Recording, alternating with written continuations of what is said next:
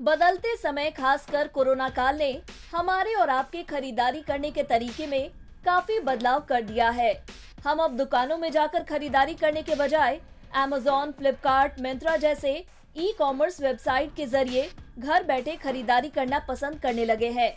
ऐसे में उस सामान को हम खुद सामने से देख या फील नहीं कर पाते हैं, जैसा कि दुकान में कर सकते हैं, बल्कि वर्चुअल या कहे कि सिर्फ तस्वीरों के जरिए प्रोडक्ट या सर्विस को देख या जज कर पाते हैं।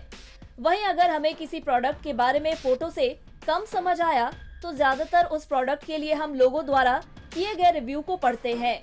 रिव्यू यानी जो लोग सामान खरीद चुके हैं उनके द्वारा प्रोडक्ट के बारे में लिखा गया उनका अपना अनुभव, और इसी रिव्यू पर भरोसा करके हम प्रोडक्ट्स की खरीदारी कर लेते हैं। बता दें, कई बार इस रिव्यू के बारे में कहा जाता रहा है कि कंपनियां अपने प्रोडक्ट को प्रमोट करने के लिए फेक रिव्यू भी करवाती है। ऐसे में अगर आपने भी कभी ऑनलाइन रिव्यू पढ़कर ई कॉमर्स वेबसाइट से शॉपिंग की है और बाद में ठगा हुआ महसूस किया है, तो अब सरकार ने आपको ऐसे फर्जी रिव्यू से बचाने की तैयारी कर ली है।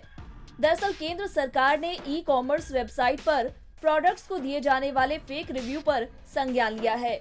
उपभोक्ता मामलों का मंत्रालय ऐसे नियम बनाने जा रहा है जो इस तरह के फर्जी ऑनलाइन रिव्यू पर रोक लगाएंगे। उपभोक्ता मामलों के विभाग ने हाल में फ्लिपकार्ट और Amazon जैसे अन्य ई कॉमर्स कंपनियों और अन्य स्टेक होल्डर्स के साथ एक बैठक की।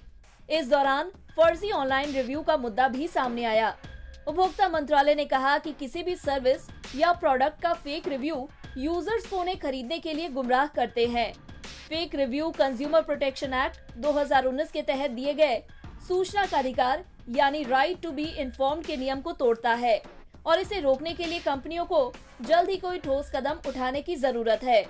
एक अधिकारी ने बताया कि विभाग अभी ई कॉमर्स वेबसाइट्स के मौजूदा मैकेनिज्म का अध्ययन कर रहा है और इसी के साथ वैश्विक स्तर पर इसके लिए अपनाई जाने वाली बेस्ट प्रैक्टिस को भी देख रहा है। इसके बाद ही विभाग एक फुल प्रूफ फ्रेमवर्क डेवलप करेगा। वहीं उपभोक्ता मामलों के सचिव रोहित कुमार सिंह का कहना है कि अभी रिव्यू लिखने वालों की प्रामाणिकता सिद्ध करना और इसकी जिम्मेदारी ई कॉमर्स कंपनियों की होना दो अहम मुद्दे हैं। साथ ही ई कॉमर्स कंपनियों को ये बताना चाहिए कि वह किस आधार पर मोस्ट रेलेवेंट रिव्यूज का चुनाव करती है।